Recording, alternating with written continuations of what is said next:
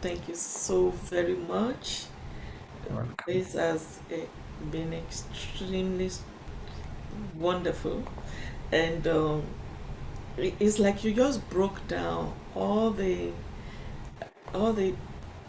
small questions we have that actually becomes the very impediments that we have to trading, and having someone that understands it from the West African perspective is really encouraging. Thank you so much for the work you have put into this. We know that what we have heard from you today is just a little tip of the iceberg. We'll be looking forward to more, as Femi Boyede said earlier. I'll yield the floor to Femi Boyede to thank you before we go into the question and answer session. This has been wonderful. Thank you very much. And you can unmute yourself, Kara. Thank you very much, Lady K. And I'm sure that we are just echoing the hearts of our numerous participants. Monsieur Diallo, vous avez très bien fait et on vous remercie infiniment. Avec profondeur, you have really done justice. Except that me and my team, we are Oliver Twist. We always want more. And in any case, we are just reverberating what the word already says. The reward for good work is more work. So we are going to be coming back to you on behalf of participants for more work. So much has gone into this, and I'm glad that we also have representatives of trade support institutions. At least I can see 2 or 3 from the Nigerian end. I see on here, including Nexim and the NEPC.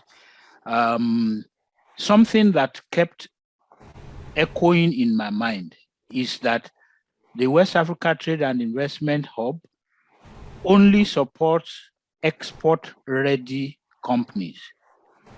This is not an indictment. I'm just echoing the orientation of WATI.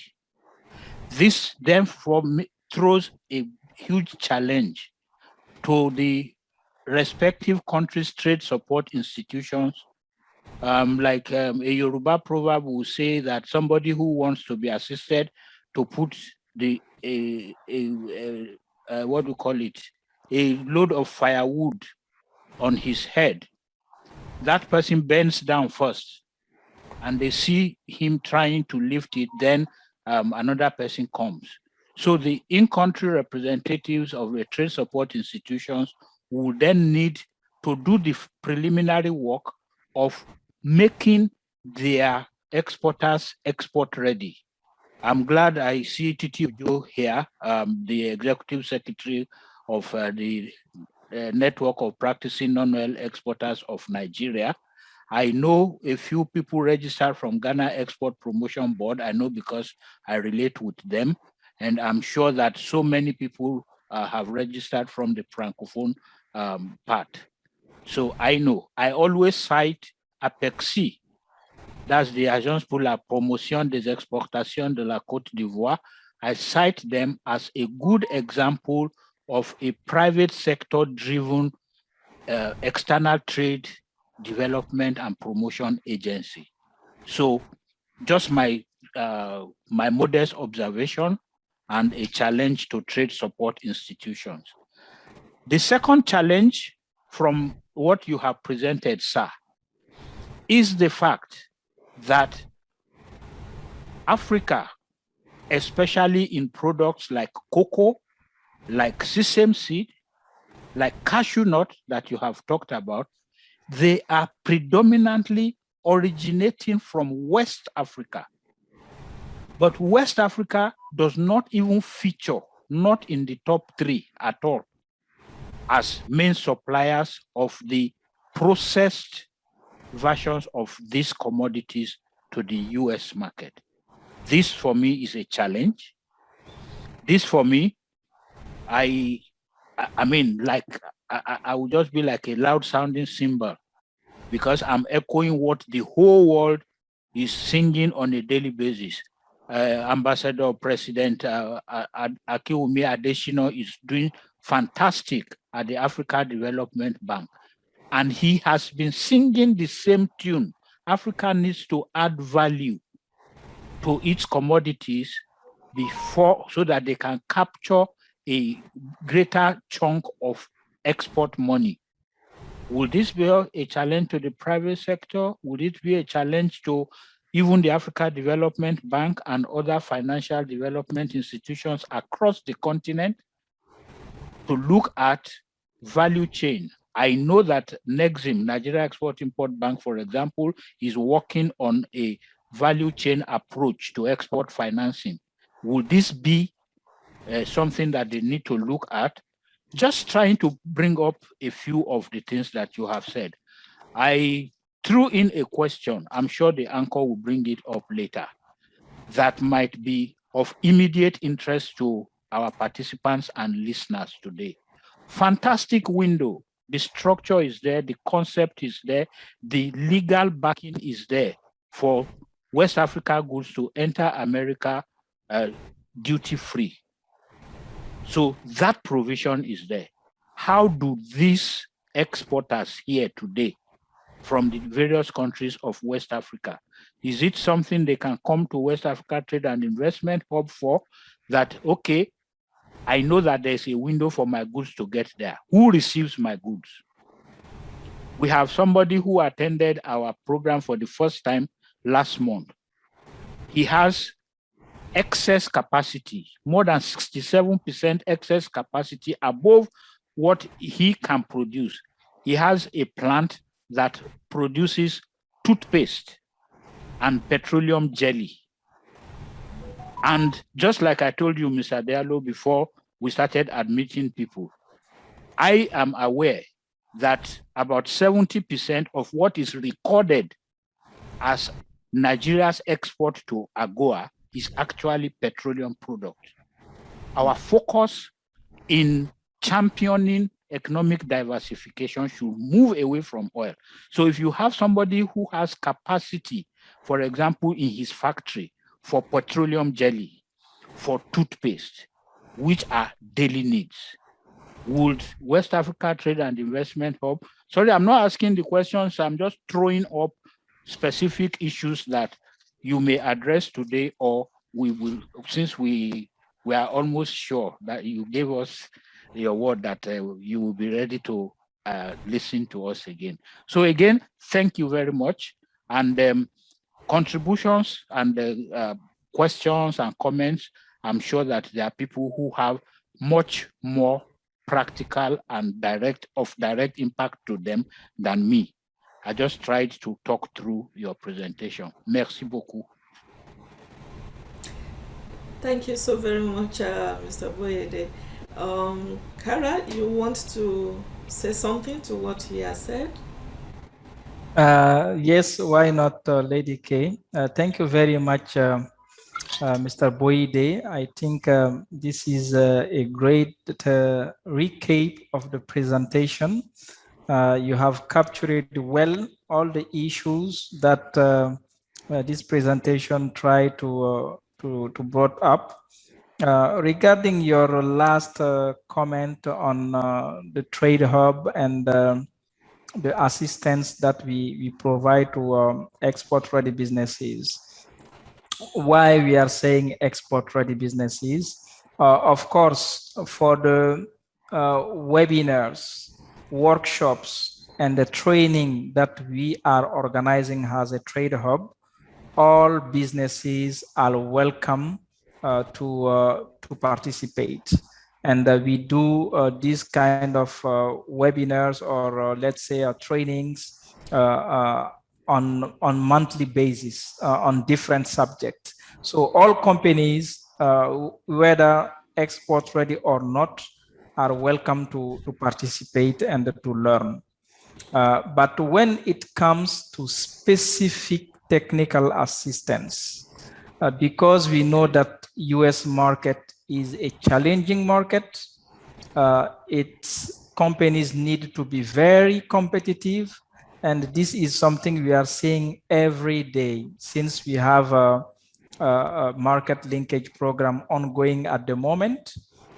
We have a staff based in the US, mainly in New Jersey, who is assisting in identifying US importers, US buyers for main West Africa goods.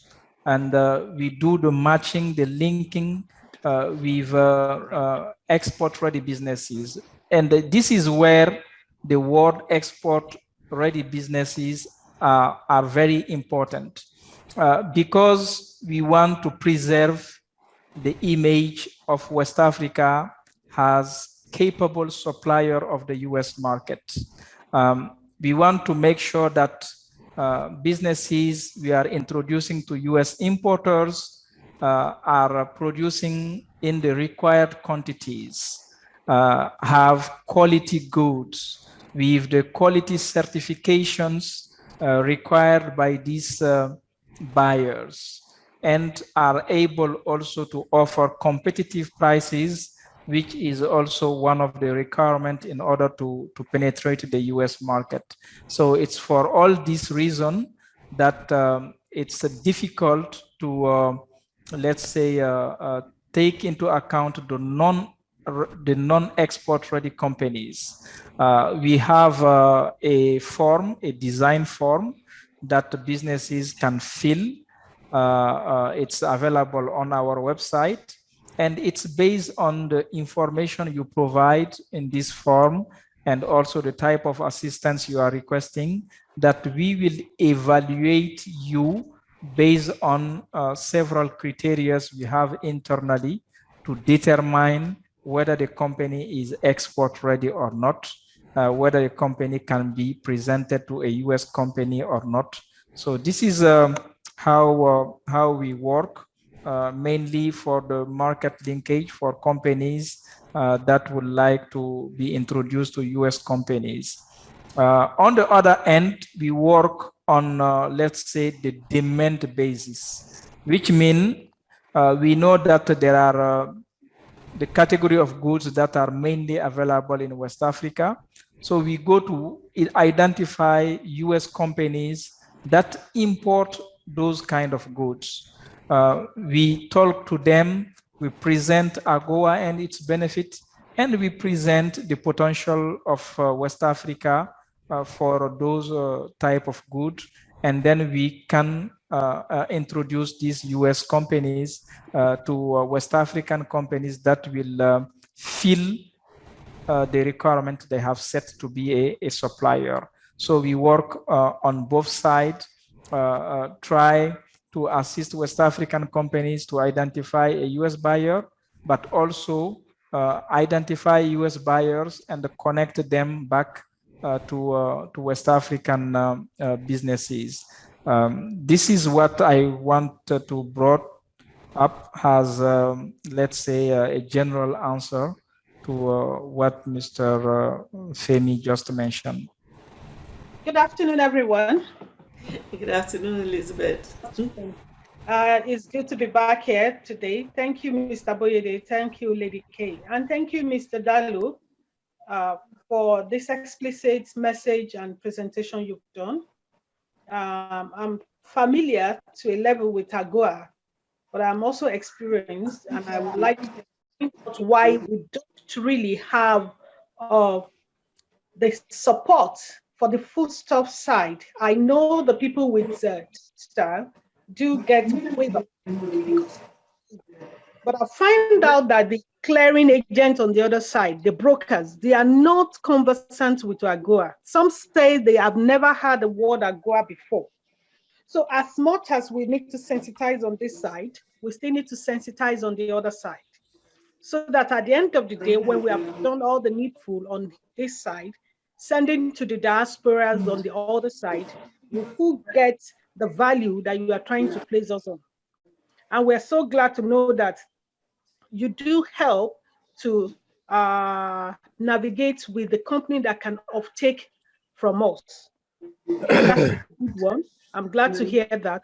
But more small, from all my experiences, the brokers, the clearing agents on the other side are not aware, they're not knowledgeable about AGOA. So what are you doing on the other side to make sure that the recipients, clearing agents are also knowledgeable in what you are trying to do for us so that we can actually benefit from this so much compassionate grant that you are giving to Africa? Thank you. Thank you very much, Elizabeth. I think what you have just said is very true. We are noticing that, we are seeing that every day, every year. It's not just customs broker, but there are many companies in the US that are not aware about the existence of AGOA, about AGOA's benefit, and so on. That's the reason why all the importers, all the US businesses we are talking to, the first thing we do, we ask, do you know about AGOA? Mainly it's no, what it is.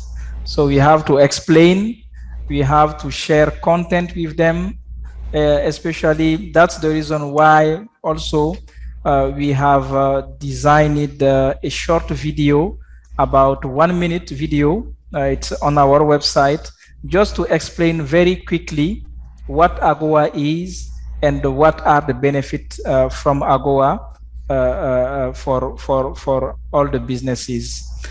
So what you are saying is very true. We are addressing them via all the interaction we have with them, and also we have produced a video for them, and the video is now shared on all the, let's say, platform that are promoting trade between US and Africa in the US side, mainly on the Prosper Africa website. This video also is published there, so available to everyone. So this is part of how we engage with the US private sector regarding AGOA. We are a little bit limited on that side. We cannot do much than like what we are doing in West Africa because our program is designed specifically for West Africa, and our zone of influence is West Africa.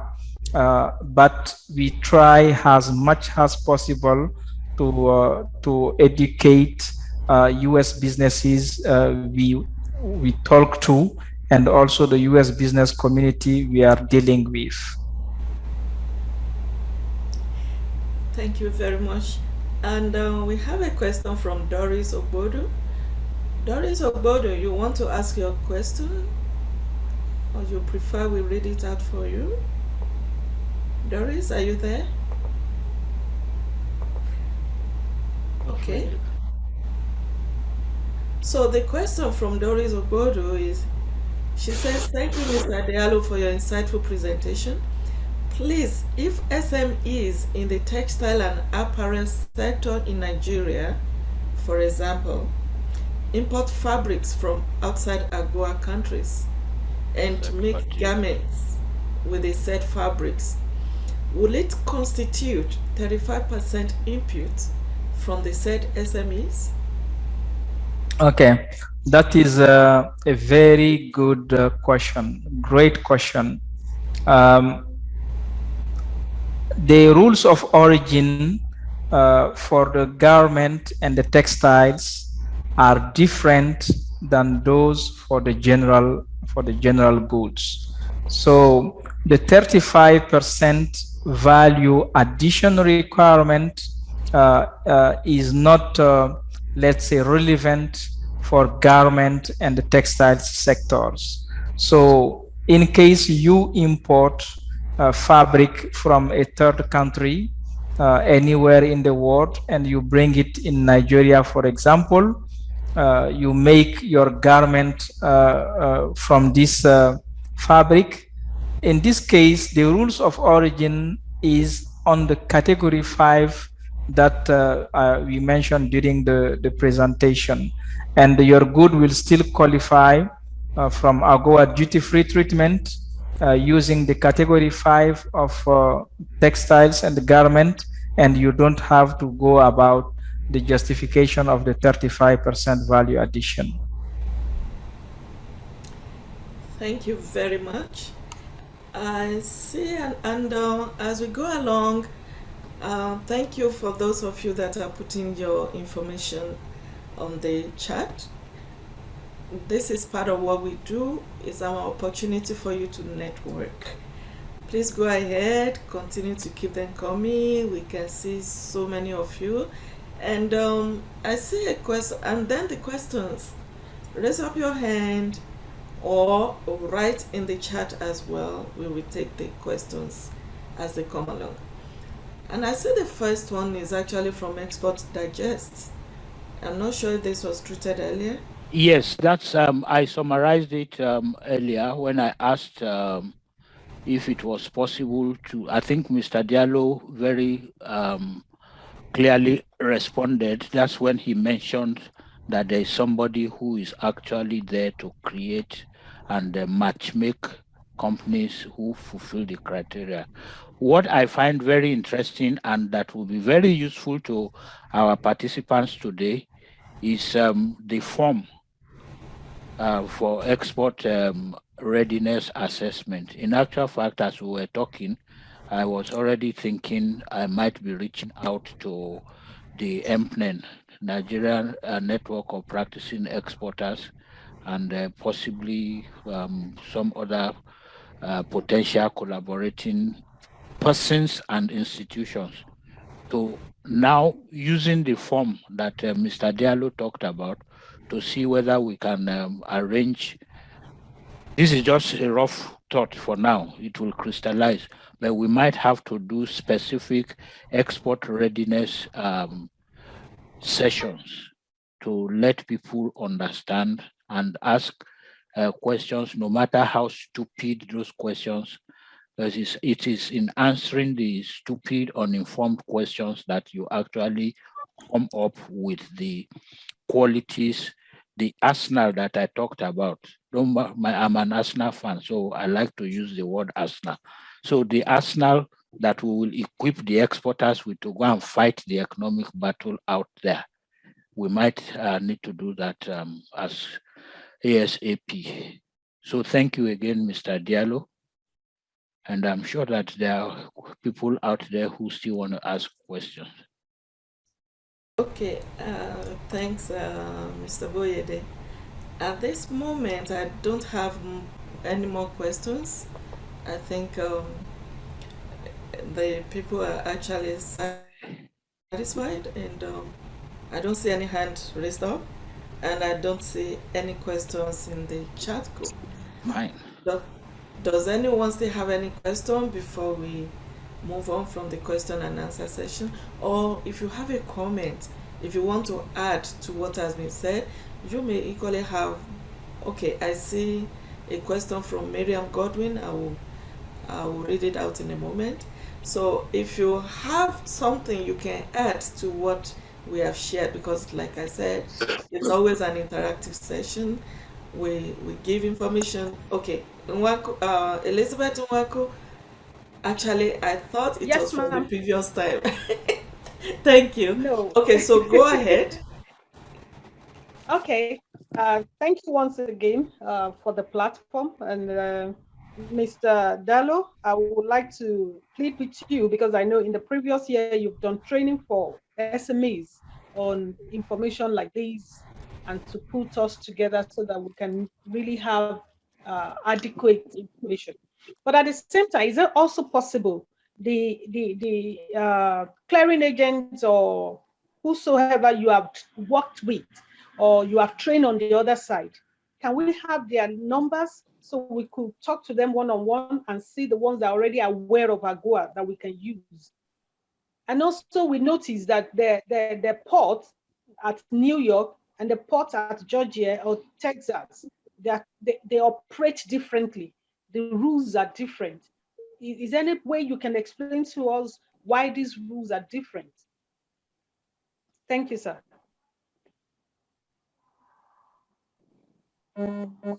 Okay, thank you very much for that question.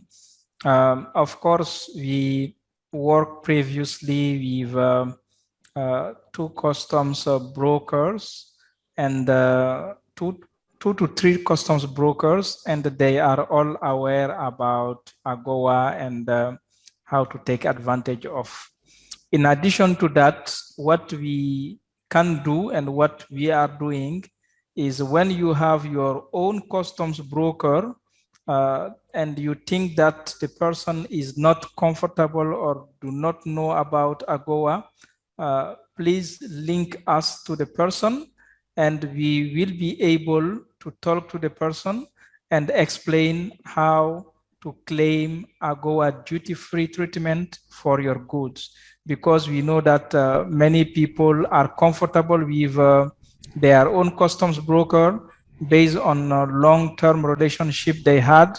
So we don't want to break those type of relation, and we are able to advise and discuss with your own customs broker and explain him or her everything that is needed in order to get a duty-free treatment for you.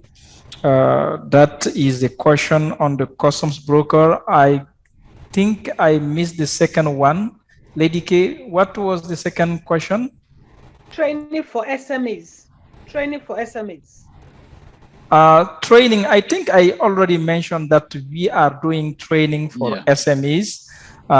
We do it, we do in-person training with mainly Export Promotion Council, private sector organizations such as Chamber of Commerce's and AmChams. And also we do provide webinars, usually for all companies, regardless they are export ready or not. And then those are open. Usually information are posted on the Trade Hub website and all Trade Hub social media networks, such as our Facebook page and the Twitter, and also on LinkedIn. Great. Thank you very much. So, Miriam Godwin, you want to ask your question yourself, or you prefer I read it out? Miriam, if you are there, one moment. Okay, so Miriam is asking a very interesting question that everyone will be interested in. She says, what are the requirements a starter needs before he or she can export under AGOA?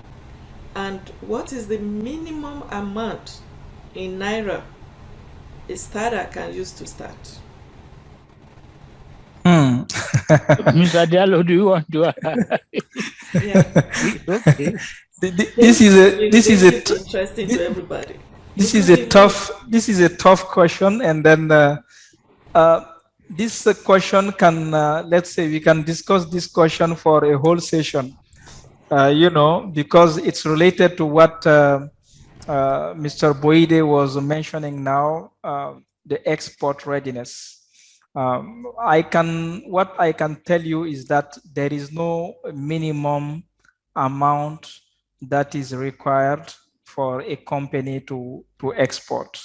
So which means actually you can export any quantity that for which you have a market.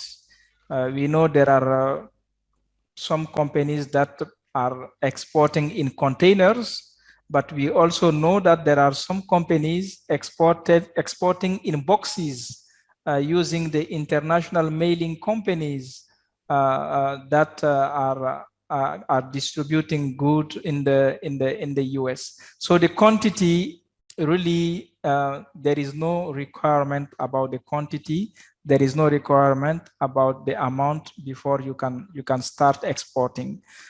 It's all about readiness.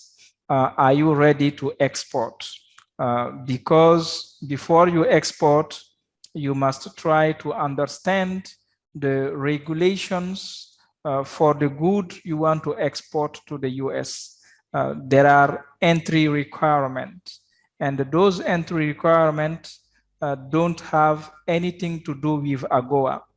AGOA will be important when the good has been accepted in the US. It's where AGOA will provide a duty-free treatment. But before AGOA, there are other agencies that are regulating goods, that are checking goods, that are making sure that goods meet US requirements. For example, someone that is exporting food products must know that before you ship food product, your company must be registered with US FDA.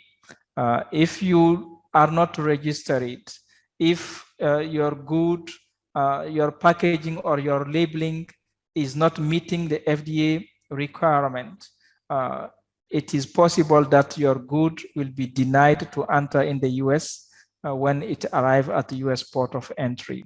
So in short, I will say, make sure you understand, you know all the regulations regarding or requirement regarding your good to enter in the US. Once you know that, you will be able to do whatever is needed.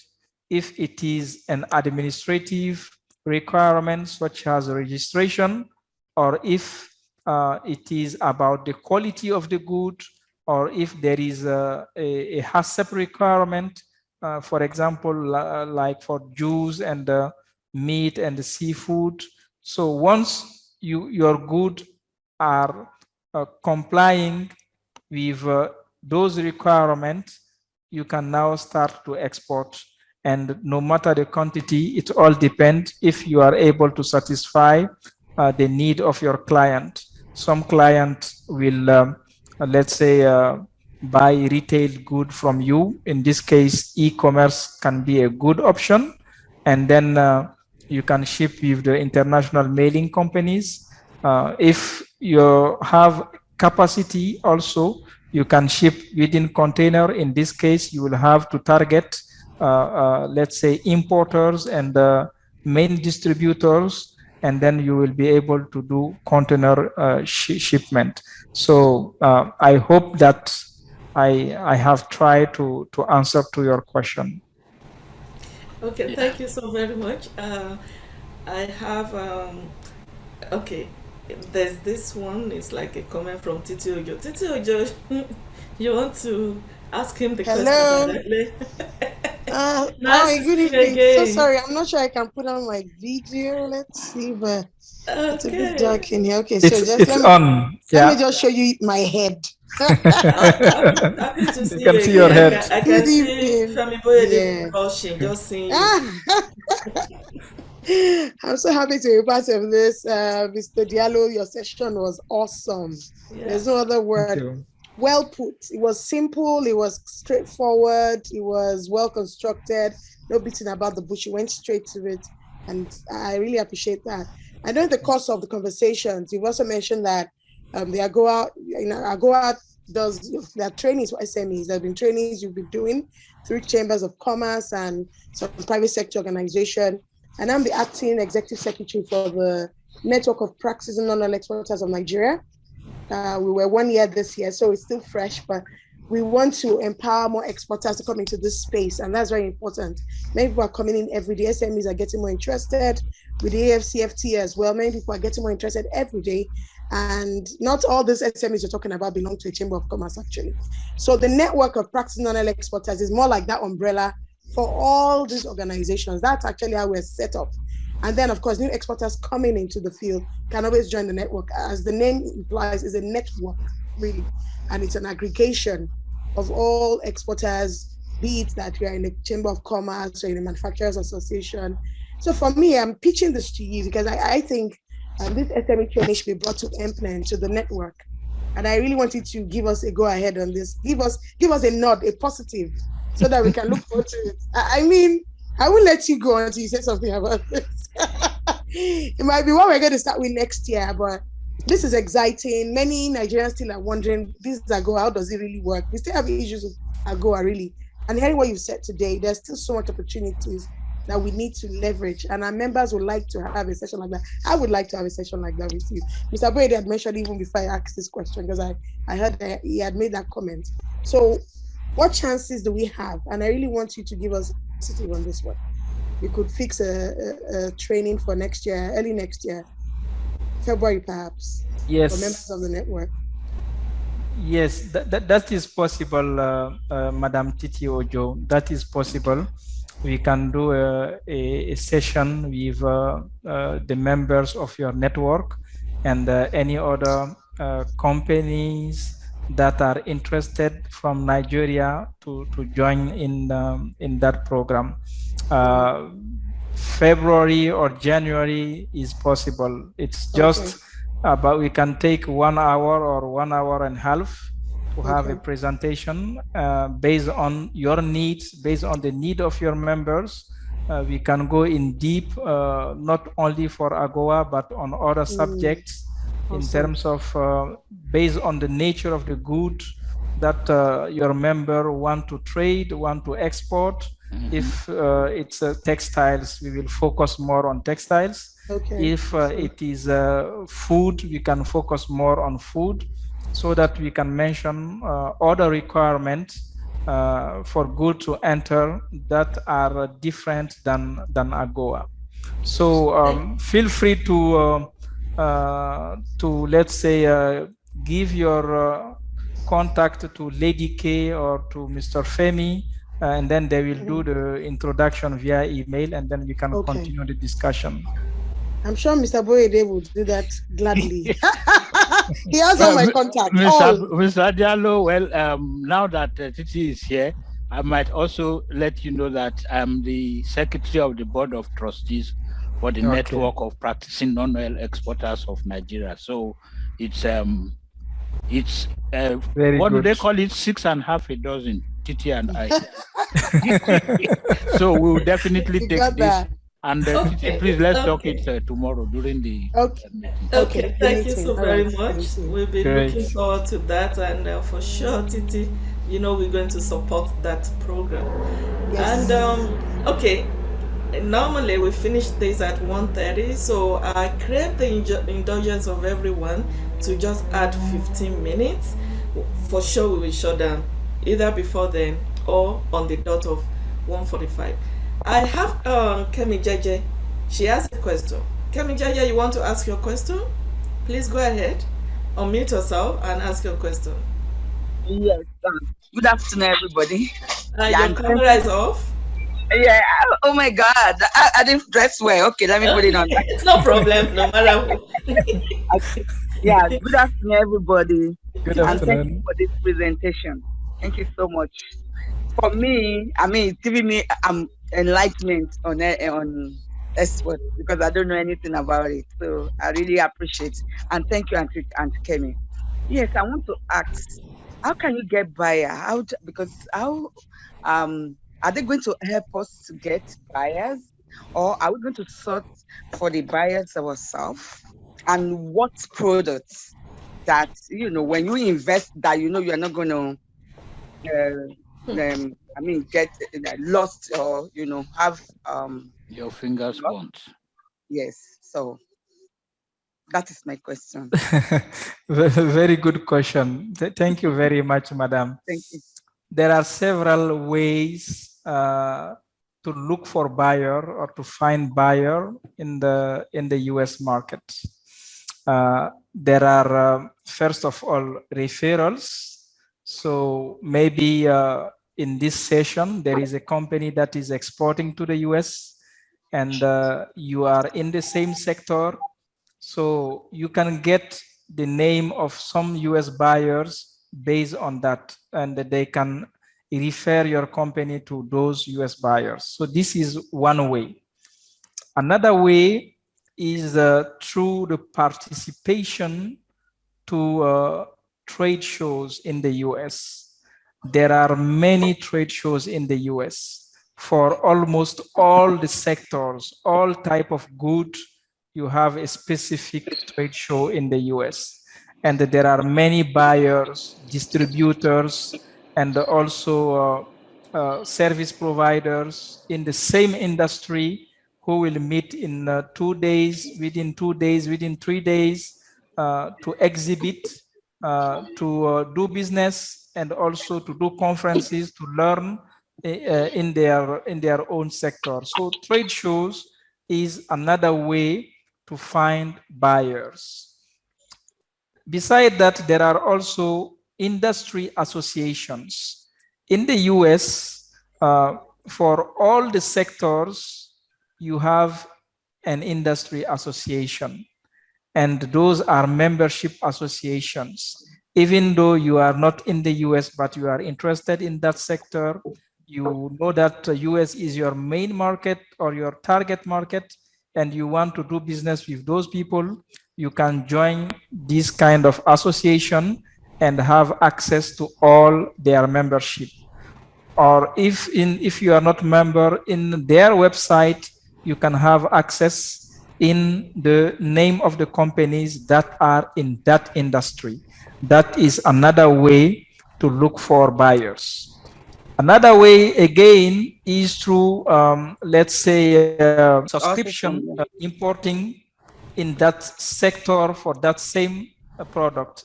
I don't want to do publicity, but there are, for example, Penjiva, there are Tridge, there are others. So there are several ways to look for buyers or to get buyers in the US. For people who are starting, you can also look at the possibilities of hiring, let's say, brokers, commercial agents who are well connected within the industry, who can also assist you based on commission basis to find a buyer. Thank you so much. Thank you very much. And I think this is going to be our last question now before we take some comments. Just one moment for the last question. And meanwhile, as usual, please keep the names, the addresses, the phone numbers, keep them coming. This is your opportunity to network. So the last question for now, again, is from Miriam Godwin. Does AGOA have a site or platform where exporters register under? Then the second question from Miriam again is, what's the payment term? And how does a starter get a genuine foreign buyer? He just answered that. That one has just been answered. And Miriam also said, how do we get the contact of the agents? So those are the questions. Did you get all of them? Yes, for the website, you can visit agoa.info. On agoa.info, you will be able to have more information on what AGOA is, a list of products, all goods that are eligible, rules of origin that I mentioned, and also there is a business connector that is on that website, and you can register if you want to register for business connection on that website. I think it's free of charge. That platform, if you want to subscribe, it's free of charge.